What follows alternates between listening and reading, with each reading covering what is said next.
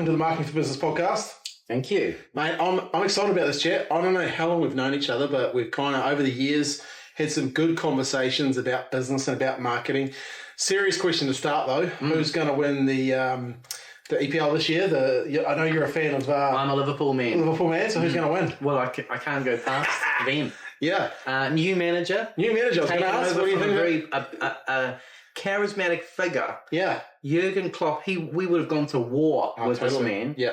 And now the new man gives us the calmness that we need after going to war so many times. Watched them the other day. Me and my son were watching, and there was a pass put through. I can't remember by who, but I was like, my son goes, "Oh wow, that's world class," and it was real cool to see actually. So yep. I think they could be in for a good year. I remember as a kid.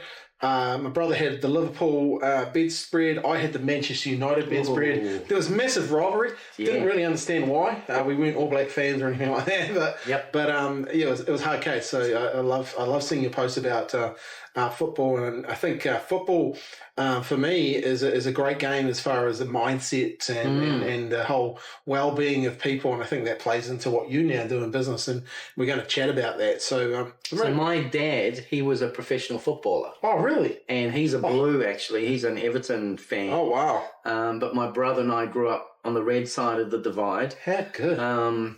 But yeah, it's been a big part of our lives. So yeah, football has been the way. Yeah, football. My son plays now, and just so excited to ref sometimes. Okay. I always say that I'm going to give him a red card, but it's good. It's good fun. It's good sport, and I think you can learn a lot from being on both sides of that, right? Hey, so. When you look at business now, like we are, end of August 2024, we're going to talk about what you've been doing, etc. But how do you see the business environment right now? So I've just been thinking about this, and I'm going to be doing a talk tonight.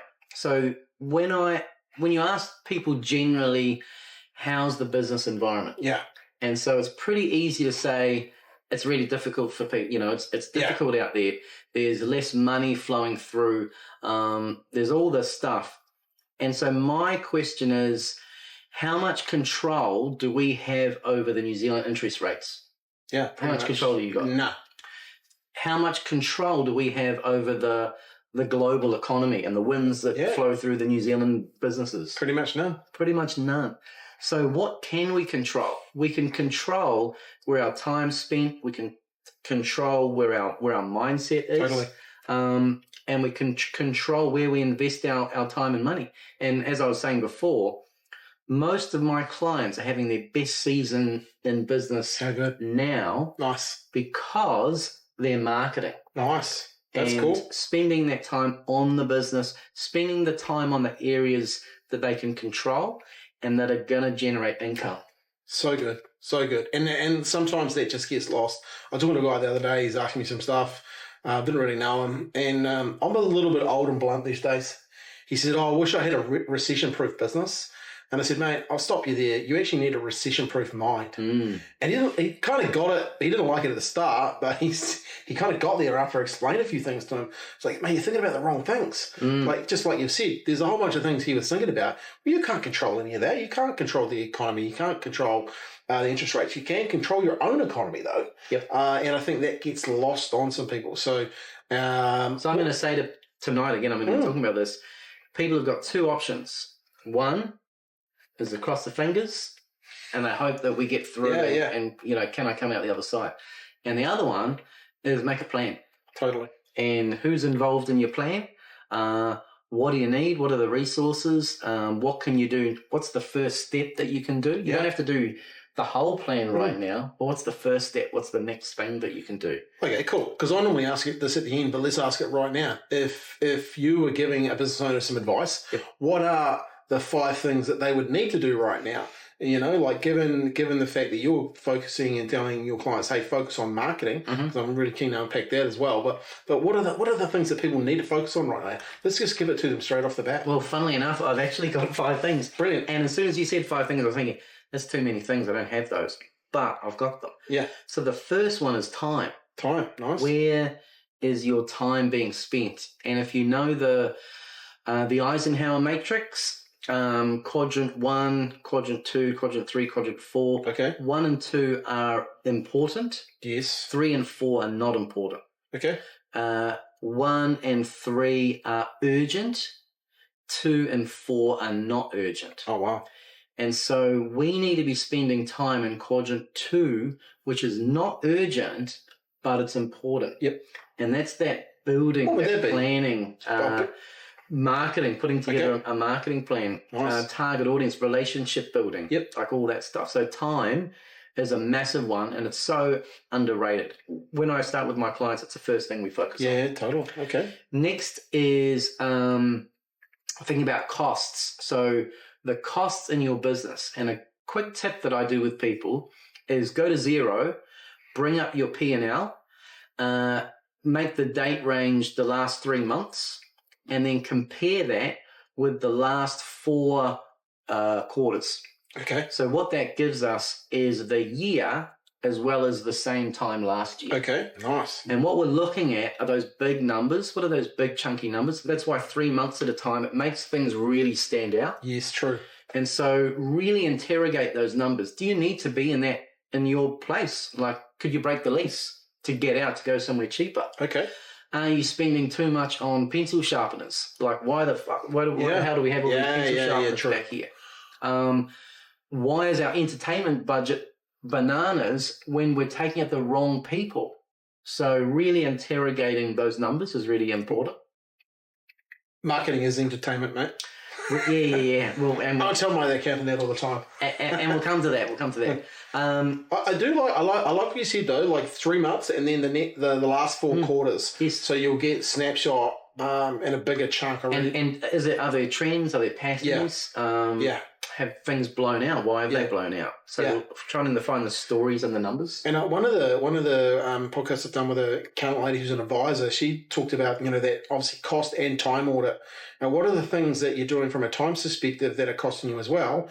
And she gave an example of, hey, you might have a twin level building, and this is a real example she gave, and people were going up to the top level to print copies of some stuff, and then coming back down. And like she talked through it, you've got to go up the stairs, then you probably say hello to someone, and then you all these things started to play out. We used to audit that. Our team, like, we'd have to go and we'd send out prizes and things like this. So marketing company, and the staff, someone would go, I need to go and buy stamps. And then 2 or 3 people, they'd go and hold hands to go, it was fun. It's a thing, right? Let's go stamp shopping. Yeah. Until we started to think, hang on, how many marketers does it take to go buy stamps? That's not a joke, is it? Could be. So that's 2. That's 2. Yeah. The next one is pricing. Okay. And this can create a lot of fear and tension in people. But I've got this amazing document, which I can pass on or send out or whatever. Yeah. And it really drills down on how much discounting will impact your business. Okay.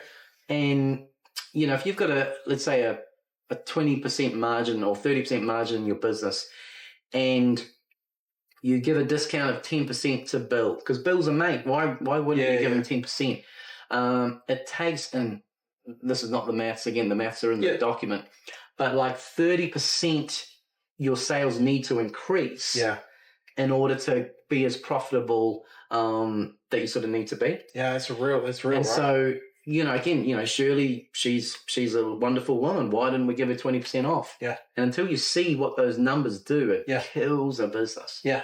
And the flip side, if we put our prices up 10%, even 5% or whatever, we can actually drop off some of our clients who might be the pain in the ass clients. Yeah. We've all got those. Yeah. They don't pay as much. They don't trust us. They're always on there, the squeaky wheels. Yeah. And they're actually our lowest paying customers. Yeah. So we can get rid of them while still being as profitable as we can. And there goes our time and get better customers. And if you really, like this time, when you're in the, that recessionary period, it's a good time to really look at that. Yeah. Because maybe you have a bit more time. Maybe you're not as busy as you are. Maybe look at that and go, you know what, that is one of those customers, or, that's really is that person, right? Totally. And then because you put your price up, you can afford to do that. Yep. The next one is it's the cash flow trifecta. So one is looking at inventory, if that's your kind of business or something that you're into. Yeah, that's a big one. How much stock do you have? What's your turnover? Do you have a load of stuff that's just sitting back there, not being used? Yep. Get rid of it. Like, get it out, get money in the bank. I reckon also talk to a professional about that, like seriously get that audited, that side of things, like get your accountant in there, whatever. For sure. The person who knows those numbers, really get them in there and understand how to turn that over, because that can really make a huge difference, right? Yep. Next part of the cash flow trifecta is work in progress. So don't start something till you finish something. Get the invoices out. So make sure your team aren't picking up new projects before they've finished another one, because then we can bill. So the business needs money. Like it's the oxygen, it's the flow. So small business in particular, we need money in as fast as possible. Yeah. And that needs to be the mentality. Yeah. And the last one is debtors. So get money in fast. Yeah. One of a fellow coach, he's got a customer, he's a builder. The guy has $1.1 million outstanding. Oh. So of money that people haven't paid him yet. Yep. So they sleep at night. Oh yeah, exactly. And so a lot of my clients, they started out with these blowouts because, as a business owner, you're busy. So, your eyes are on so many balls flying around, but we need money in fast. Yeah. And a quick tip, again, for people who don't want to chase those bills is, for example, sending out, Xero, you can do those automated emails. Yeah. Even sending one out 2 days earlier, saying your invoice is due in 2 days. Yeah. We would appreciate prompt payment. Yeah. We're a small New Zealand business, blah, blah, blah, blah, blah. We could send one out on the day. It's due today. Yeah. 2 days later, you seem to have gone over. Yeah. And then 5 days later, it's a phone call. Yeah.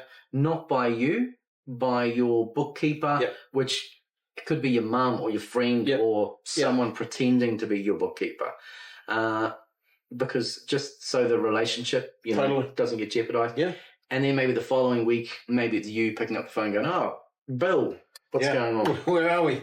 No, look, and look, you got to manage those areas in a business, right? Yep. If you don't, that just runs away with you it's like the squeaky wheel gets the oil, right? Totally, and if you're not managing that in these times, then you're gonna have a wobbly wheel. And I like the trifecta too as well, because inventory is really important, right? And I've talked to a few people recently about this. What stock are they holding? How could we market some of that to get that out the door, etc. Yep. And work in progress is a big one, especially if you're look, we're from an agency world, like you can get caught up stacking projects, right? Totally. It's probably one of the reasons we don't do projects anymore. And then, getting that money in fast is so, so important. Obviously, you got to provide value for that. Make sure you are providing value. Sure. If you're doing good work, people will actually want to pay you faster. Sure. I've found as well. So. And I spoke to a woman, she had a website business, building websites. Yep. And I was like, how long does it take your team to build a website? And she said 5 weeks. And I was like, okay. Could they do it in 4? Yeah. And she said, yeah, they could. Yeah. And so suddenly we've got all this extra capacity. Look how many more websites per year you could do, right? Totally, that's a game changer. I think that's the thing as well. Like if you look at all those systems inside a business or all those things, breaking them down, could you pay a bit more to have that done by someone else? Which saves you a week, Yes, That's one of the things I love about technology. And all the stuff that's 4 things I've been counting that we've gone through. And they're all within our control. They're all something we can focus on. And they're all quite internal. But the thing that's super important, and again, the reason a lot of the businesses I'm working with are having their best time is they are marketing. Yeah. So they are out in front of the ideal clients. They're in front of them rather than just waiting for business to drop in, which that's generally not going to be the ideal clients. Yeah. They're targeting who's ideal, who's going to pay, who they like to work with, getting in front of that group of people and the phone rings, the proposals go out. How good is that? So marketing, let's unpack the marketing, because I just heard a couple of things there. Targeting, getting in front of the right people that they want to work with. Yep. How does a business owner do that? Let's go into that piece, because we could really unpack that to help a lot of people here. How do you set up that framework? How do you help your clients do their marketing? So the first one, it's 100% who are your A grade type clients. And the easiest way to do that is to look at your existing ones. What are the relationships that you've had either now or in the past that we'd love to replicate? Totally. And I often help my clients. I'll put people through a criteria. Yep. And it's a 5-point criteria where, again, you can go to 0 over the last 6 months or year. Who were the biggest revenue? Who did you invoice the most? So revenue is super important. What's more important was what jobs or which clients were profitable. Yeah, true. So which level of profitability is so good. Then we have pain in the ass factor. So were they a pain in the ass or not? Because if they're not, that's great. Yeah. There is the likability factor. Do we like them? Yeah, nice. Is it good to work? Do we feel good when we're around these people? And we all know that too, right? Like, the clients you love working with, and you know the clients you don't like working with. And we don't want to put up with people, calling us pieces of shit or something because we're done too short. And then the final one is star factor. So do they have a logo that you think this logo is great and it's going to help me attract other logos? Something recognizable. Yeah. So those are they help build out who those kind of target markets are. And then, a good idea is you name them, like Janice, if she was the client that you'd love to replicate. Yep. When I had my SEO business, we had Colin. Colin was a superstar. Okay. And we targeted Colin because Colin knew his business. He knew his he kind of knew the numbers in his business. He was pretty clear on that. Colin did advertisement in the past, but Colin was frustrated that Yellow Pages, radio, and that wasn't giving him the bang for buck that he was used to getting, and he could see sales sliding. And Colin knew that if he just did a few things that were a little bit better, he would be making money again. So Colin, good one. So Colin, where does Colin spend his time? Totally. So is he on Instagram? Is he on Facebook? Is he on LinkedIn? Totally. Is he in the Yellow Pages? Yeah. So Colin was actually, how we got in front of Colin is, one, we gave good service to existing clients, and Colin came through a referral, but Colin also responded to a direct mail that we sent out back in the day. Right. Yeah. We were sending direct mail for an SEO business. Yeah. Crazy, but it worked. Again, that's a really good way to do it, because rather than falling in love with the way you want to do it, what does Colin do? What does Colin consume? Who was the person you named? Janice. Janice, what does Janice consume? Like, where does she hang out? Like, and also, so you go to those clients that you've got that you like, you talk to them about it. Hey, where does Janice hang out? Like, where do your friends, or where are the people that you associate in business? Where are they? Yep. And I used to say to clients, so I started a social media specific marketing agency, and I'd have clients coming along and say, I don't like social media. I'm not on it. And I'd say, I don't care. It doesn't matter. It doesn't matter if you like it or love it. Don't fall in love with it. It's just a tool that's going to get you in front of Janice. And you've told me Janice is your ideal client. So true. We'll be on it for you. Don't worry about it. Yeah. We still get there today. And look, the reality is, if you just went through those 5 things, how good a client would you have? Because you're already dealing with that type of client, right? Yep. One thing I always say, I won't take someone on unless they're prepared. You can tell with some people they want their problem to become your problem. Yes. But they're not prepared to pay your problem price. Yes. And once they're prepared to pay, my problem price, then, hey, we can have a conversation. Yep. But there's some rules in between as well, some expectations and some rules of engagement, because I tell you what, life is too short to deal with some people. And you can't help everyone. They want the tree without buying the seeds, and then without paying someone to plant the seeds. I was walking out, I want a tree. I had a guy come to me and goes, no, I want the results that clients get. I said, cool. They've been with us for 8 years. Yep. And he was like, right, cool. I said, so are you prepared to stay in the queue for 8 years? Yeah. To get that result now? Yep. Like, all you're seeing is the boats, the cars, the house, the trips, the whatever. Yep. But that's like 8-9 years of work. Mm-hmm. It's not watering those seeds. Yeah. It's not just, hey, my business is, and it's really, I find it really interesting. And there's a great analogy. Seeds to the tree. I like it. Seeds to the tree. Yeah. Hey, so some really obviously that's how you start when it comes to marketing, and then what comes out of that? What's the next step? So this is just real fundamental stuff. What are the 3 problems that Janice has? Nice, I love that. And so just drilling down, because what happens? People tend to leap to their services. Yeah. And they're going, Janice, we do these 5 things. Yeah. Buy one. Janice is going, care.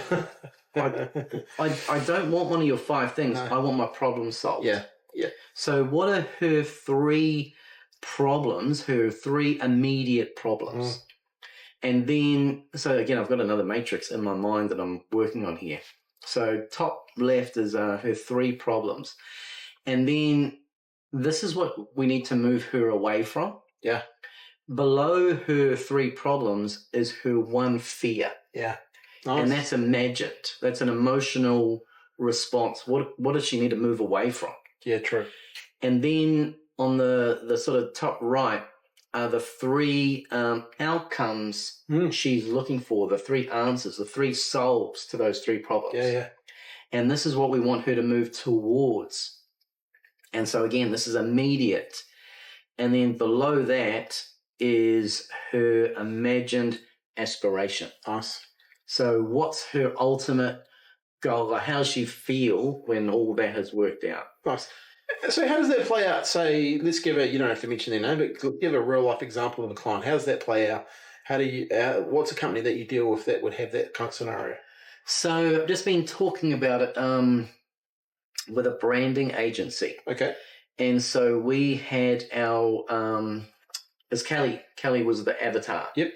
And so, and this is a big thing. Like if you're, selling to if you're a marketing company. Yep.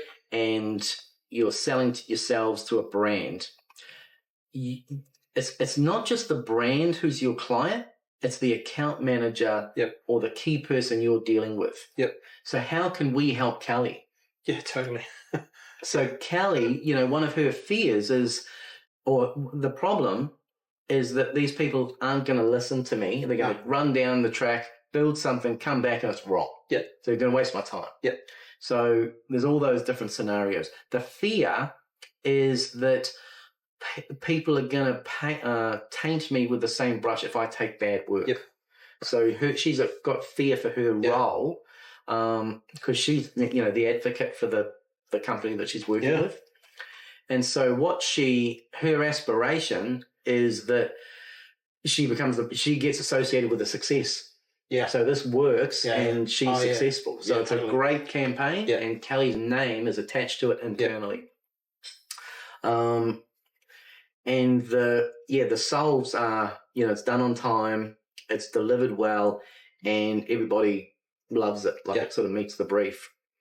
So I literally went through this yesterday. That's kind of it's so cool because when you talk about branding agencies and stuff, and in my previous world, working in the corporate world, seeing the insides of that, like people are trying to protect their patch. There's a lot of things going on and a lot of people jostling for positions inside that world, right? And the fear around it can be to the point where people don't make any decisions, don't want to get anything wrong. And that's where the internal game with understanding that internal game when you're selling to them is really important, right? Because you've not just pitching the brand, you're pitching the person because and Kelly and Janice. The thing is, if you create a really good relationship with them, they're going to leave that role sometime. Totally. And they're going to go somewhere else. Happens and they all can the time. take you with them. Yeah. And if you're good enough, you'll stay in the first place. Yeah, yeah. So you've doubled your client base. Yeah, totally. And that's about, safe hands too, really understanding. Well, it's caring about people. And I think that's one of the most important things too, is really caring about the outcomes for everyone involved. Yes. And I think sometimes that gets lost. And especially when we're too busy focused on our services. Yeah. I just want to deliver the shit I've got out the back. Rather than fixing the problem that's in front of us. Yeah. I always say, sometimes you have to go slow to go fast. And there's a great saying around smooth is slow, but smooth is actually quite fast. Slow down to speed up. Yeah, and I think that's a real. I talk to people a lot about being in safe hands. And I think that's really important, especially as you spend time in a business, especially in the marketing world. People, there's a lot of distrust out there. I mean, you can see why now with what's going on, but I think people, if you really just spend the time to understand what they're trying to achieve, what they need help with. Yep. That's where you can really win there. And funnily enough, so good business should be relatively boring. Yeah. Like it should. Yeah. It should be a process. Should be systems. Yeah. And thankfully, this brings me back to talking about Liverpool, because our previous manager was very emotional and chaotic. Yeah. And we lived by the seat of our pants following this. Yeah. Like I was exhausted at the end of the season just watching the thing. And we've now just moved into this safer pair of hands. And people have said some of these games are boring. We've won them 2-0. Yeah. Instead of 4-3. Or lost 4-3. Yeah. We've won them 2-0. Yeah. After 60 minutes, everyone's just chilled out. There's no injuries. No one's thrashing themselves. Yeah. And then ready for the next one. Different types of leadership, right? And that's, I guess, part of the role you play when you're selling as well, is that leadership side of things. When it comes to marketing, do you have any bias to what you would talk to a client about using? Like you say, you got to run Facebook ads, you got to run TikTok, you got to do videos. What's your take on all of that? Because I know as a agency owner, people come in with preconceived ideas all the time. Yep. And sometimes you kind of have to turn them a complete 360. Yes. Because for whatever reason, that's what they think is going to work. And that's where you need to ask quality questions. So you need to really drill down what do they want, what's the outcome that they really want, not what they think that they want. So, for example, a guy might come in to an agency saying, okay, I want a Google Ads campaign. I want to, I've got this new product and I want to sell it. I want a Google Ads campaign. I've got a $2,000 budget. And so some businesses might go, okay, who's your target market? And he'll say, women between the age of, let's say, 25 and 30. Yeah. Okay. And what's your budget? $2,000. Okay. And so you want to do a Google Ads campaign. Yep. Cool. What's it called? It's called Bottle O Bill. Great. Bottle O Bill, Google Ads campaign, target market, let's go. Whereas if you ask deeper questions and say, okay, so you got this target market, why is that? So, well, these bottles that we've created, they are specifically done in a way that women between the age of 25 and 30, it's just completely created for them. Right, so is imagery important to you? Oh, it's super important. The whole thing is about how this looks. Yeah. Oh, okay. Straight away. Right, and so we spent thousands of dollars on these shoots. Yeah. Okay. Well, it sounds like what you need is an Instagram campaign, not a Google campaign, and probably you need to be spending about $5,000, not your $2,000 budget. And you blow my mind. Why is that? Well, let me show you some case studies. Yeah. This is how this one works, and this is what it's going to return based on previous work. So we're going to X times your investment, but it needs to be higher. Yeah. And it makes a huge difference. Again, those proper questions. What do you really want? Yeah. Not what do you think that you want? Yeah. And that's where having some authority, some experience. Yeah.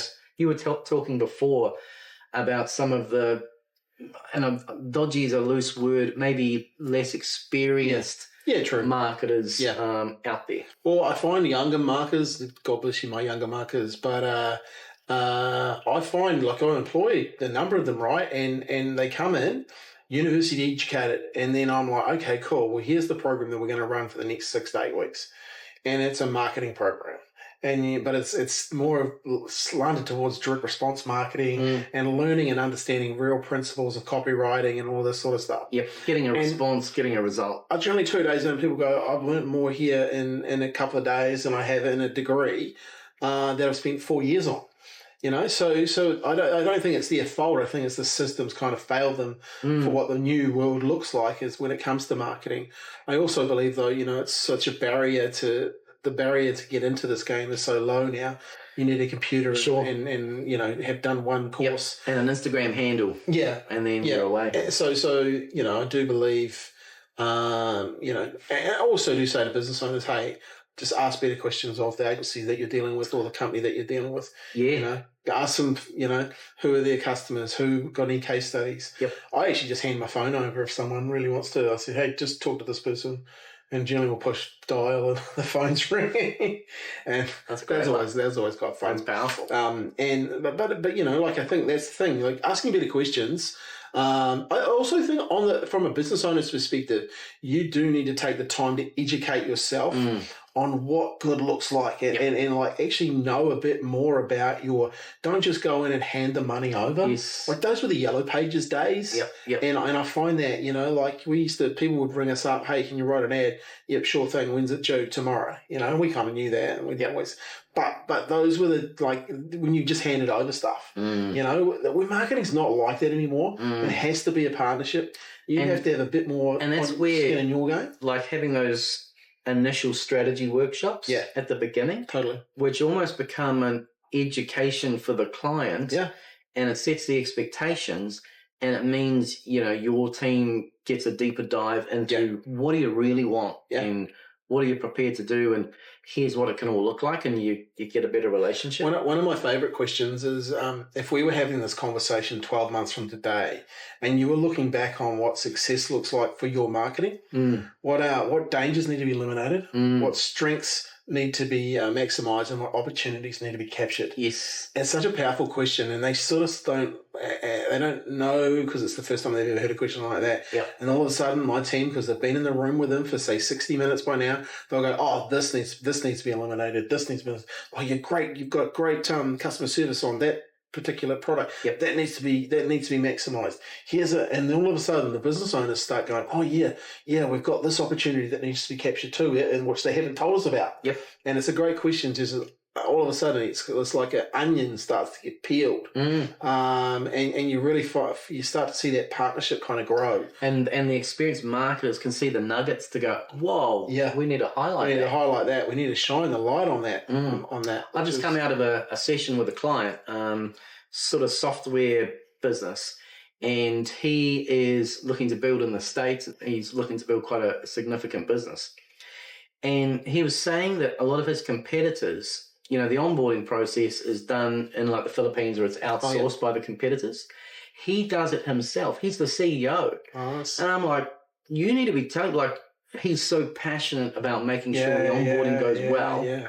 Because is it the big, that's a pivotal point in the business? Like, is that the... So this is where he's now looking to bring on these big scalable companies. So like he can't onboard forever. No. But right now, there's a massive difference between him doing it and his competitors just getting it outsourced, and balls get dropped, and it's misunderstood because they're contractors who are doing the onboarding. Yeah. Whereas this is the guy who's built the company. That's pretty powerful. Pretty powerful, right? And he wasn't talking about it.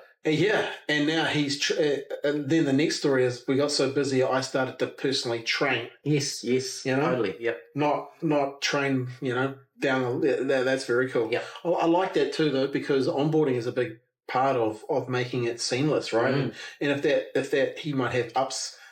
Obviously, the software he's got other areas where he's going to get an uplift and leverage, but that's pretty cool. Hey, so I guess from a marketing perspective, what do you do to keep yourself updated with marketing, and obviously, you're still part of Mosh. You're still, did you say you're still a partner there? And Still a partner, yep. But now you're also doing coaching. Well, firstly, who do you coach? Like, who's the kind of businesses that you coach? Yeah, so there's sort of three parts to what I do. So I've got one-on-one clients, and the businesses range. So I've worked with electricians. I've got an insurance client. There are a number of agency clients, and what I've realized, that is the space that I'm looking to really build into. Nice. So creative agency owners in particular, so graphic design or branding agencies. Yep. It's going to be my sort of life plan, essentially, is to build a community around those people. Nice. And help them kick their goals. Yeah, that's cool. Good market, good target market. Yeah. Need help. Because often they're the technicians, that they're really good at what they do. Yeah. But not necessarily from a business sense. Yes. Can I talk about where I came from? Yeah. Because it relates to that. Totally. So when we started our social media marketing agency, we were early. Hell Pizza was our first client. Been with us for 15 years. Nice. Panasonic, Fletcher Building, Airbnb came to New Zealand. We're looking for the best in the market. Nice. Started working with us. So good. So it looked really good on the outside. And on the inside, we're not doing so well financially. Yep. 6 figures in the red, going south, had an overdraft. We're going over it, getting temporary overdrafts. At one point, we're starting to use credit cards to transfer funds around to make sure salaries got paid, etc. So real stressful. And then we had a business advisor come into us. He was actually a shareholder who'd been silent until then. Yep. He had businesses overseas and sort of came back. And he had done some coaching with the person I'm now affiliated with and have been coached by. Cool. And he didn't really know about our industry. And this is what I say, that he didn't have a magic wand. He had a spotlight and a mirror. Yep. So shining a light on areas that we hadn't really thought about, and holding a mirror up saying, are you going to be responsible or accountable to this? Nice. I like that. And setting on the business projects, those Q2, quadrant 2, not urgent but important projects. Yep. And within 12 months, we went from 6 figures in the red to 6 figures in the bank account. Brilliant. So transformative. Massive change there, but was it the small things that you just started doing, like what you talked about, like so getting the money in the door?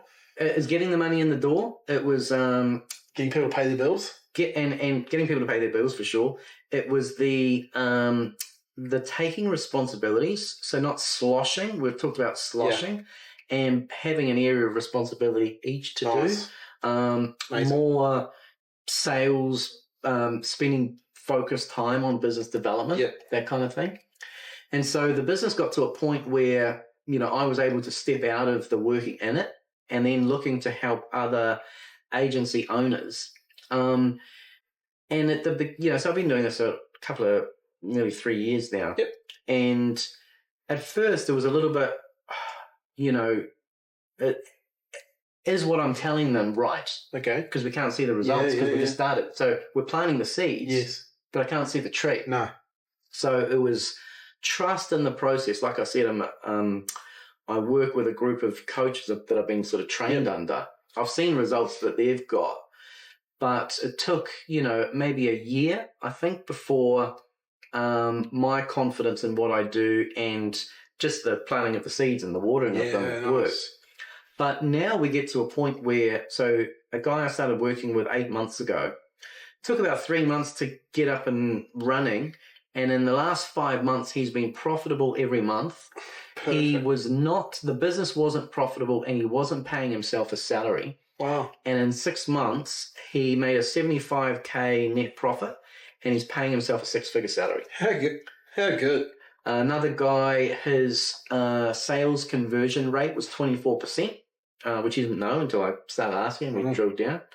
And we made some changes, and then the following quarter it was 47%. Wow. So in this environment, that's a massive difference. When people are, need money in, it makes a huge, huge difference. I think it's cool, I probably said this on a podcast a while ago, but as soon as I heard it, I was like, this is what you need to do. and it was Magic Johnson, and Magic Johnson was talking to, I think it was a lawyer or his coach or someone, and he said, I want to be the best in the world.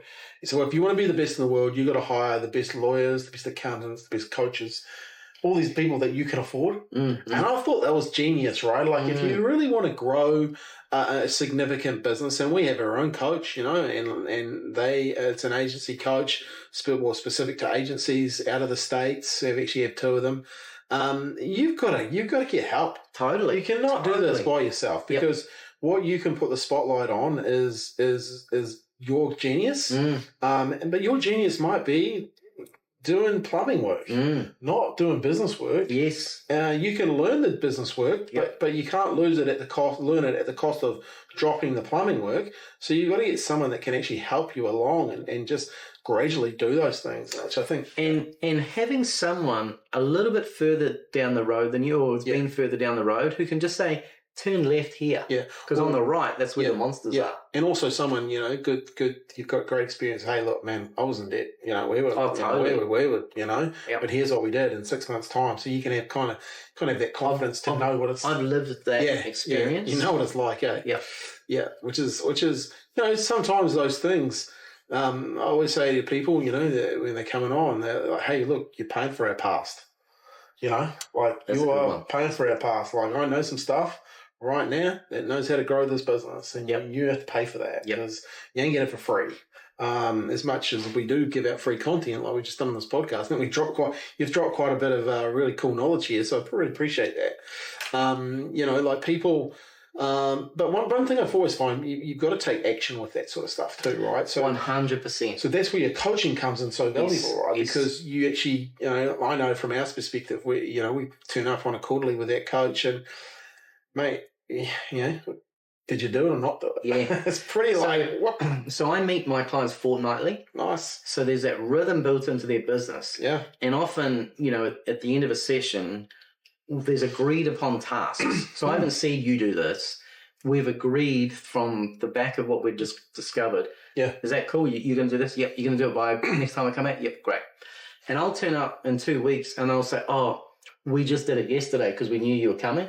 And I was like, that's fine. Yeah, because you got it done because you knew I was coming. But if I didn't come, it might be 6 months later. No, that totally. Leaky tap, you know, in the bathroom, I'll fix it. I'll fix it in 6 months. Yeah, totally. I've got a leaky tap at home and my wife's probably asking me about it. Well, if she watches this, you know you're going to fix it because, you know. I'll fix it. You got a plumbing client? Yeah, I'll find a plumber, honey. Yeah, exactly. Hey, so this is really interesting, and I find, you know, as a conversation in helping business owners, it's very rewarding. Oh, totally it is. You know, I personally love business owners. I love talking to business owners. I know in our agency who pays our bills, and it's the business owners.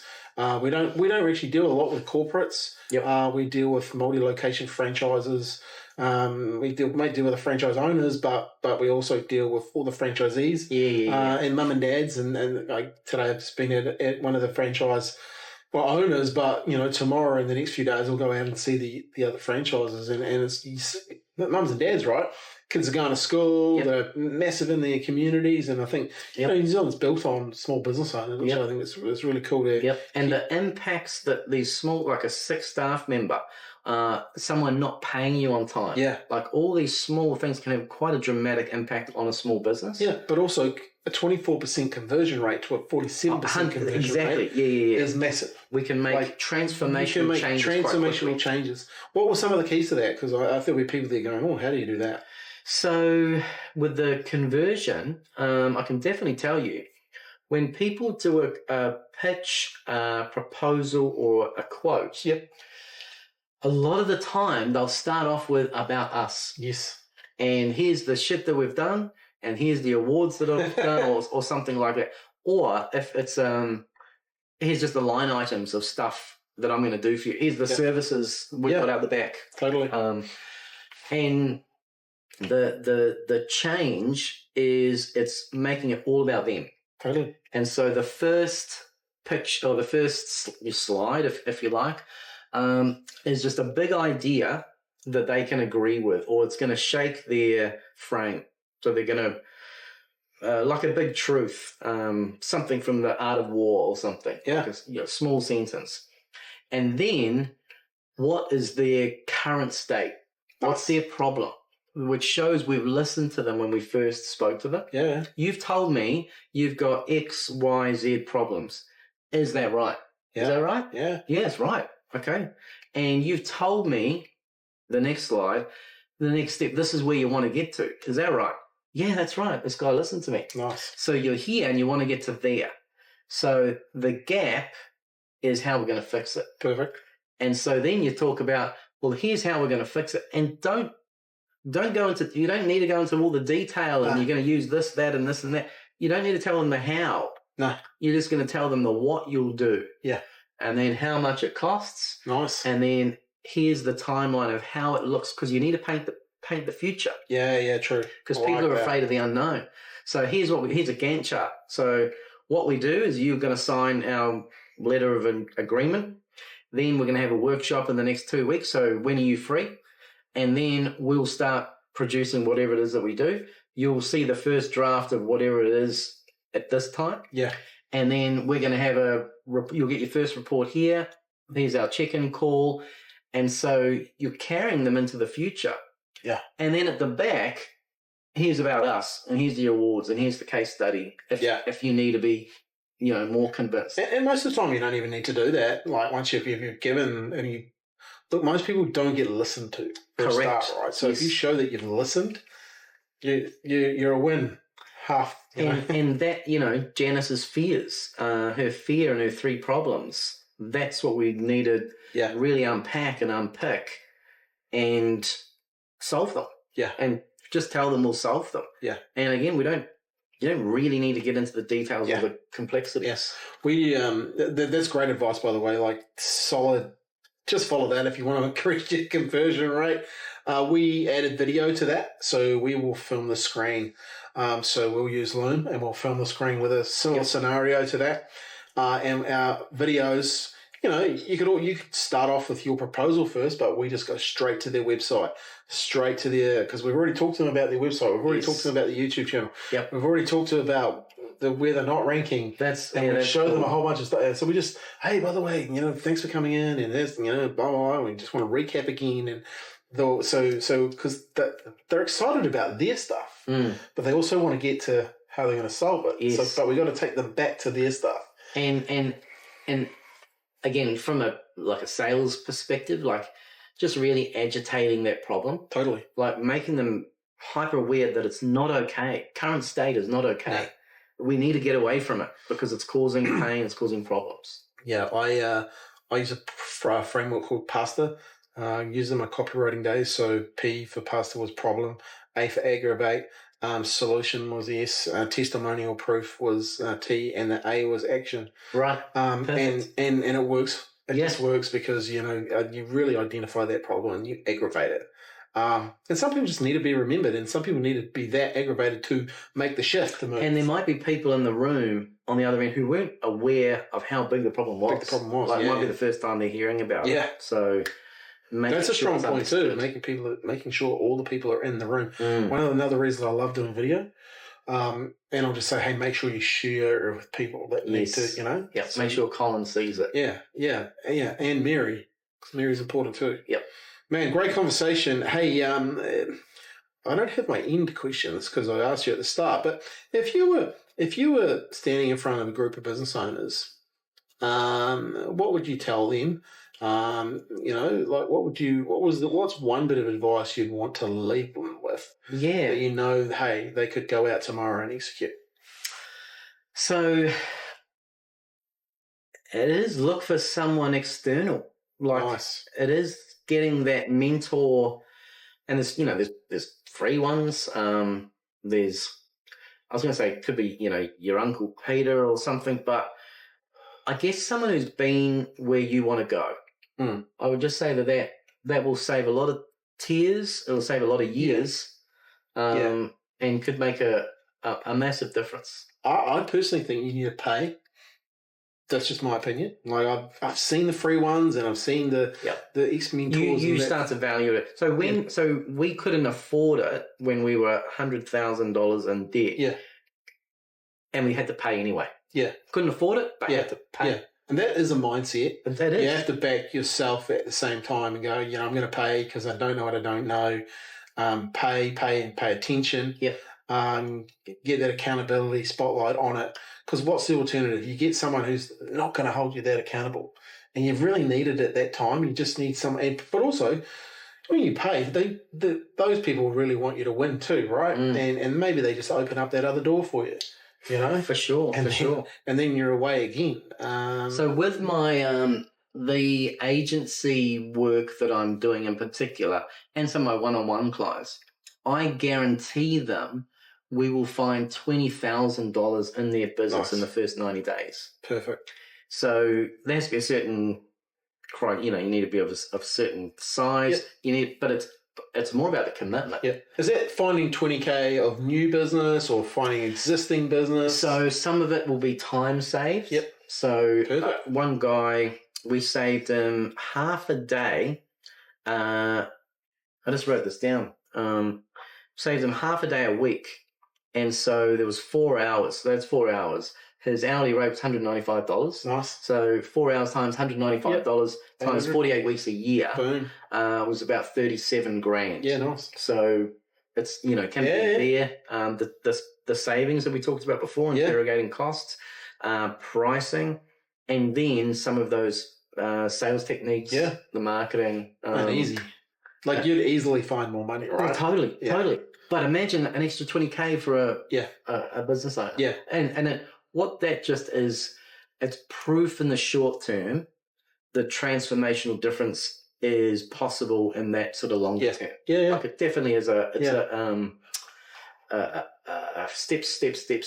and then. Well, what you're kind of doing there is giving the business owner a reason to back themselves. Yes. If in 90 days we can't make it work, and someone to talk to. Yeah. Like someone to be clear and truthful with. You might not want to give all your worries to your significant other. No. And you might not trust trust might be the wrong word, but you might not want to tell your staff, again, the worries that you have. So your mates, what do they know? Yeah. Yeah. Or your uncle, by the way. Yeah. Hey, so how do people get hold of you? LinkedIn, Jon Randles. So Jon. Randles is just like handles, but with an R. Nice. That was my marketing. We'll put all the details on the podcast. And johnrandles.co. Nice. That's the website. What do you think of LinkedIn? I've just decided to double down on it. Nice. So that's where my Janice and Colin live. Yeah. Massive fan. Yeah. It's all about consistency. It's about consistency. Yeah, showing up, consistency message. This gets you that frequency of reach. You become relevant over a period of time in that space. Yep. Okay. Well, I think you reached out to me from LinkedIn. Yeah, I did. Yeah. I got my last question for you. Great. AI. Yep. Thoughts? So, firstly, thoughts on it generally, but then industry specific.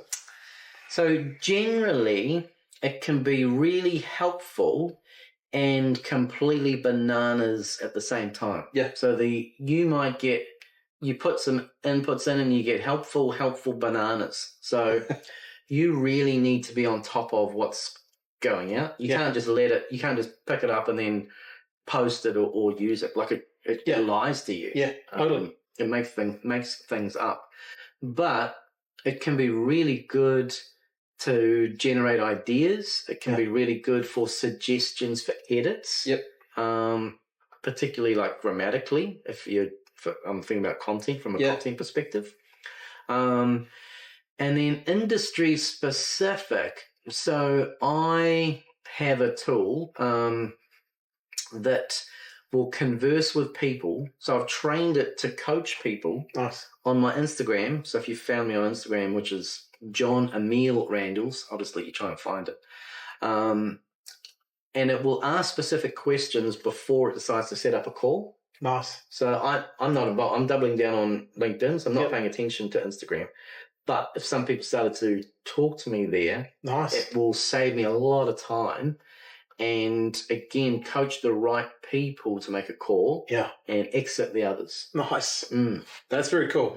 I think where AI is very useful right now is productivity gains.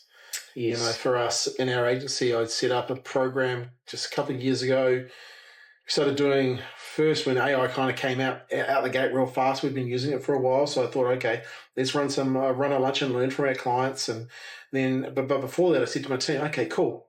Everyone's talking about AI. What are we doing with it? Mm-hmm. Where are we saving an hour a week? Yep. In each of your roles. Yep. So we ran a 90-day project where we looked to save an hour a week for every team member. And the cool thing is, in the 90 days, we came back and did presentations. And it was amazing some of the hours that we were saving. Wow. And that part of that was we put into a bonus for the end of the year as well. So what I like about that, with my business coaching hat on, like you gave your team agency to go and work out how it can work for them. Totally.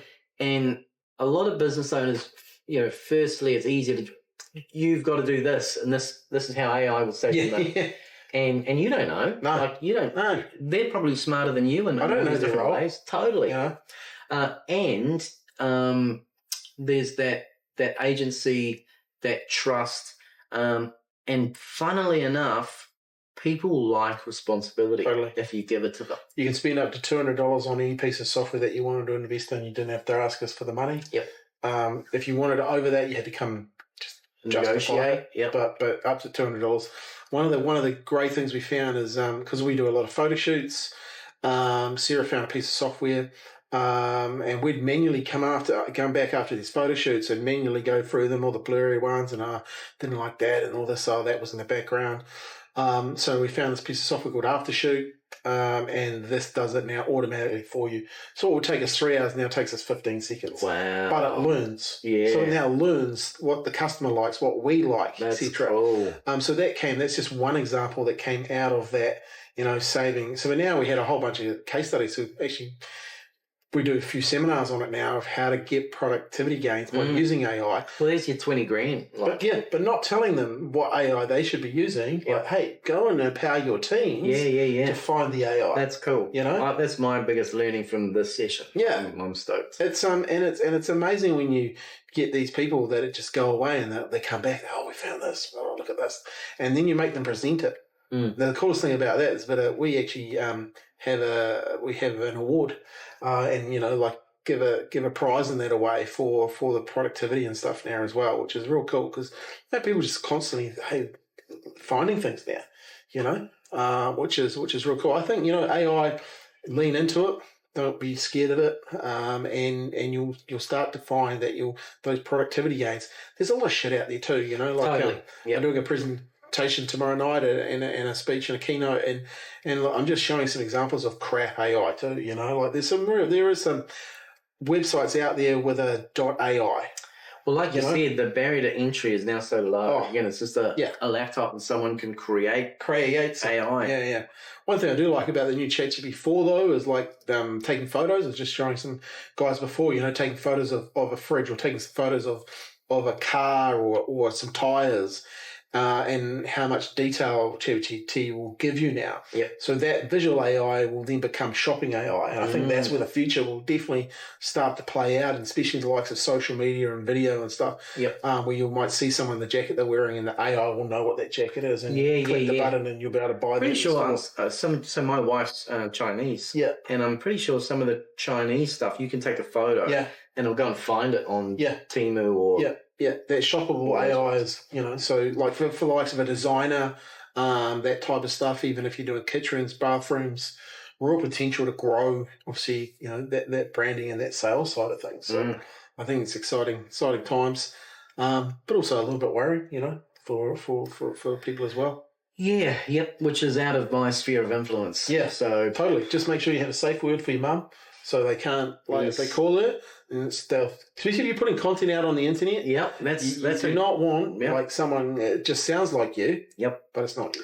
A friend has just put on, like, you know, my Facebook was hacked, and here's my new profile, and I'm not sure whether it is her, or not. You know, used to go, oh right, okay, it's her, but is it? Yeah. So I might have lost that friend on Facebook forever. Hey man, this has been great. Thanks for coming on the Marketing Business Podcast. Really appreciate you being here. This is cool. And look, make sure if you need some help in your business, why don't you give John a contact? Reach out for our LinkedIn and have a chat with him. Or if you really want to muck with him, go to his Instagram, find him and have a conversation with him. Totally. Yes. But look, I believe, and this is a saying I got from a gentleman called Coach Michael Burt. He said everybody needs a coach. And when I look at the successful companies around me and what we've done, it's been in America with a whole bunch of agencies that get coached, and like getting around good people, I think is another thing. And a problem shared is a problem halved. Yep. And then I always used to say that. And that's what a good coach do.